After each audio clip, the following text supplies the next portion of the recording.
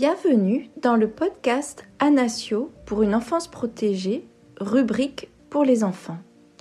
Dans cette série, les épisodes sont en effet dédiés aux enfants afin de leur permettre de comprendre ce qu'est la manipulation et la perversion narcissique. S'informer, c'est aussi se protéger. Alors, n'hésitez pas à leur faire écouter.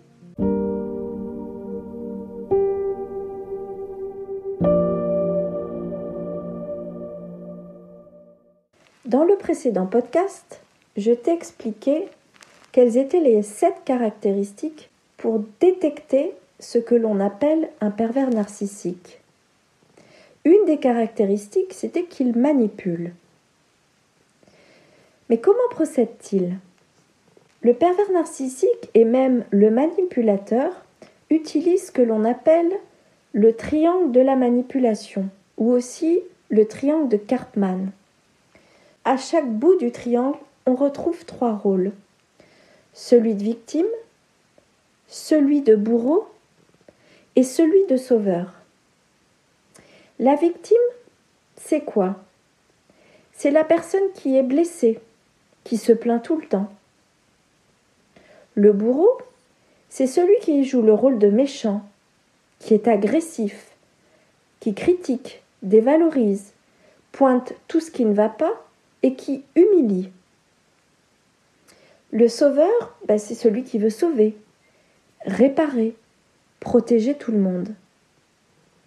Celui que l'on appelle pervers narcissique va constamment créer des faux problèmes pour passer d'un rôle à l'autre, te mettant aussi dans l'un de ses rôles. Quand il est bourreau, c'est-à-dire méchant qu'il t'attaque, tu deviens victime, tu te sens blessé. Mais alors, tu peux aussi t'énerver en réponse. Et donc, tu deviens à ton tour bourreau et lui victime.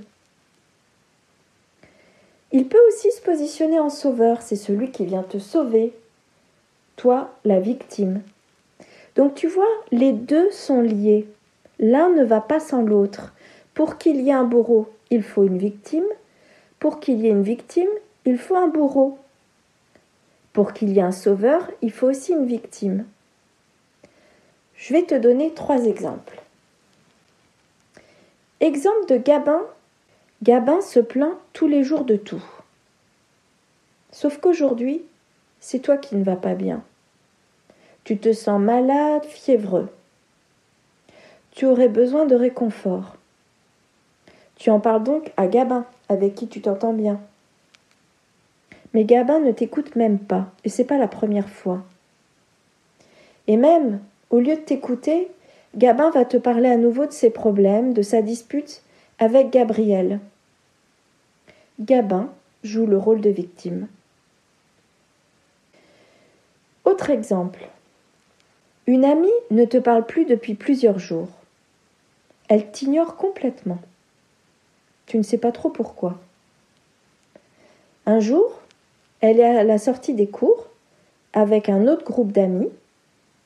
Tu passes devant en sortant des cours et là, elle te crie tout fort. « Alors Léa, tu sais plus dire bonjour ?»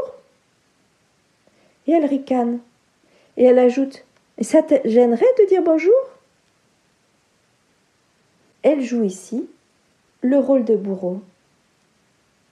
Dernier exemple.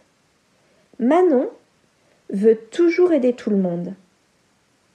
Aujourd'hui, tu es pensive, tranquille. Et là, Manon arrive et te demande « Mais qu'est-ce qui va pas ? Qu'est-ce qui t'arrive ?»« Ah, attends, je sais, je vais t'aider. » Et elle te propose des tas de choses. Mais t'as rien demandé, puis t'as même pas envie. T'as rien dit. T'as juste envie de rester tranquille. Mais Manon est là et veut t'aider à tout prix. Manon joue le rôle de sauveur. C'est un triangle de la communication qui est sans fin, passant d'un rôle à l'autre. Et les personnes manipulatrices utilisent tout le temps ce schéma. Sauf que c'est un type de communication qui n'est pas bon. Il est même considéré comme agressif, car il ne respecte pas les besoins de la personne. Comme tu l'as vu d'ailleurs dans les exemples. et il entraîne beaucoup de stress. Alors le mieux, c'est d'éviter tout ça. Comment faire ? Déjà, c'est bien de connaître ce fonctionnement pour essayer de l'identifier. Le deuxième point, c'est que si tu vois des personnes comme ça, il vaut mieux mettre de la distance avec ces personnes-là. Et le troisième point, c'est d'essayer d'en parler avec quelqu'un de confiance si tu as besoin d'aide.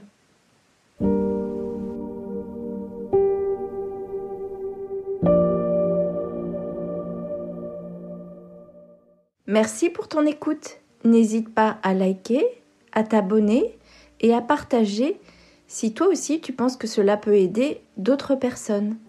À bientôt!